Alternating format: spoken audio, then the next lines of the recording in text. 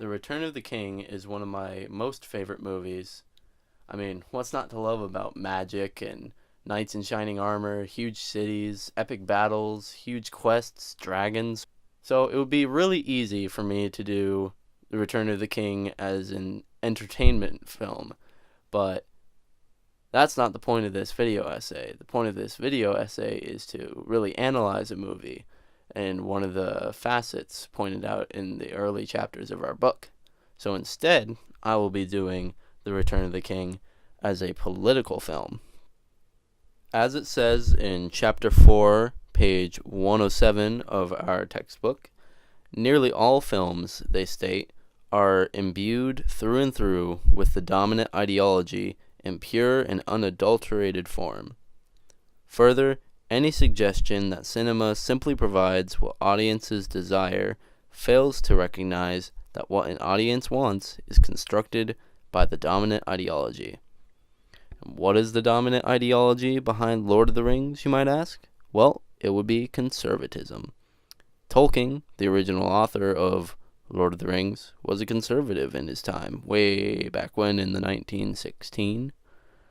So, his ideology comes through in a lot of the movie. So, what we're going to do is look at some of my favorite scenes from the movie and look at how a conservative ideology influenced those scenes, what they're depicting, who they're depicting, why they're depicting them. So, let's begin.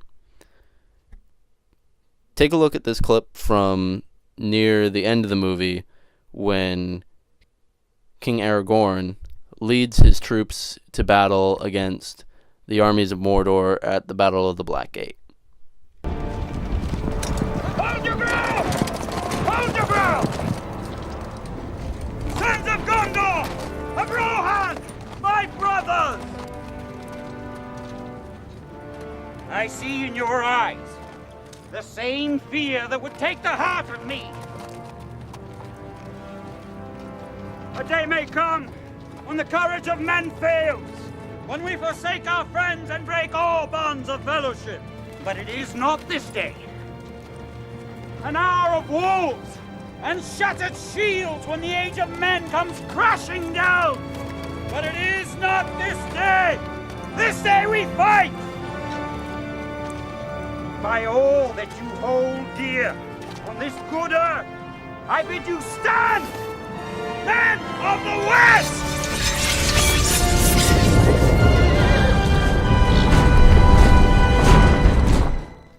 So, in his battle speech there, notice where Aragorn's army comes from. They aren't the men of the north, they aren't the men of the south, they aren't the men of the east. They are the men of the west, and they're going to hold their ground, not break their bonds of fellowship.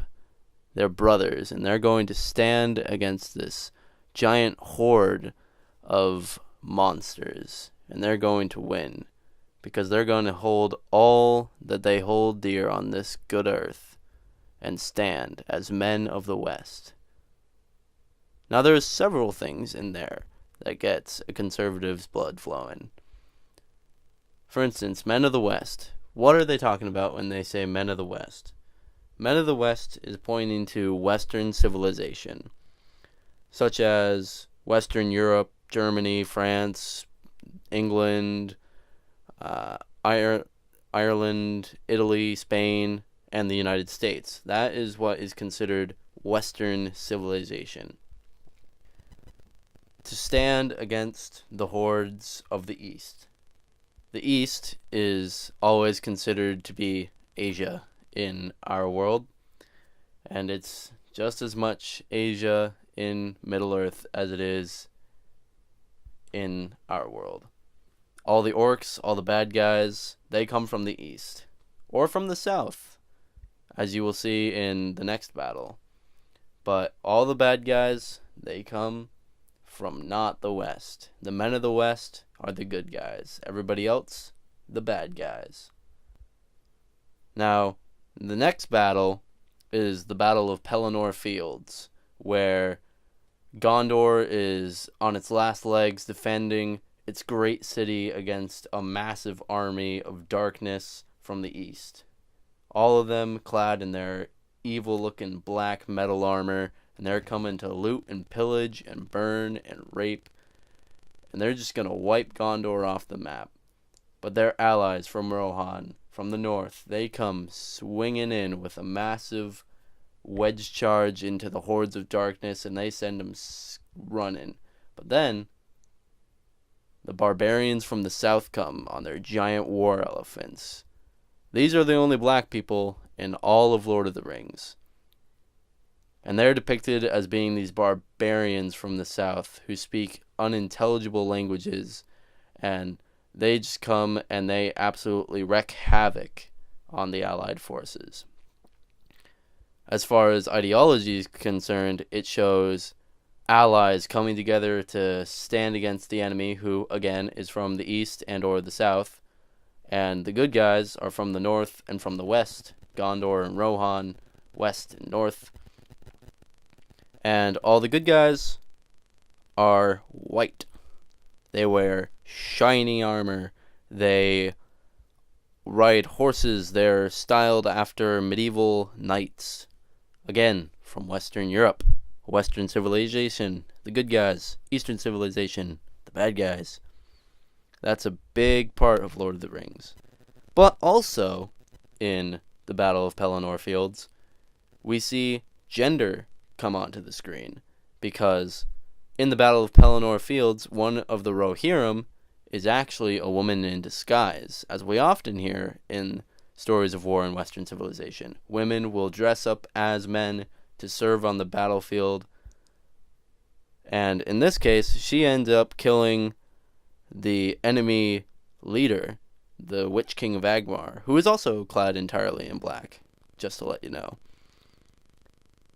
Which is an interesting part of this movie, because generally when people think of a conservative viewpoint, women are supposed to be objectified and they're supposed to be weak and they can't stand up for themselves. They are the defenseless, they're the victims. But in Lord of the Rings, it shows a woman taking literally a sword in her own hand and striking down darkness all by herself. No men helping. Man is down on the ground with his legs broken. And she stands up and stabs evil straight in the face. Like a boss. Which is a very nice thing to see in Lord of the Rings. There's your gender equality for you. But women off the battlefield are nothing more than tokens. Like Aragorn's wife. All she does is get sick, convince her dad to reforge a sword, and get married. That's all she does in the movie. Want to have kids, convince other people to reforge swords, get married. She's the more typical story that you hear in a conservative ideology. Just being the home wife. The weakling. Not the one out on the battlefield stabbing Dark Lords in the face. In summary, everyone who's the good guys are from Western civilization. They're always clad in white. They come to stand against the evil forces of the East, the darkness, the literal black people, if you're talking about the Herodians to the south, riding their giant war elephants in a stereotypical picture of Africans.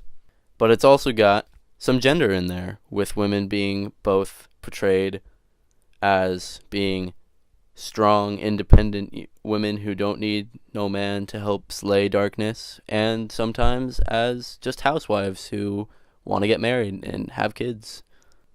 So, that's The Lord of the Rings as a political movie. Thank you for watching.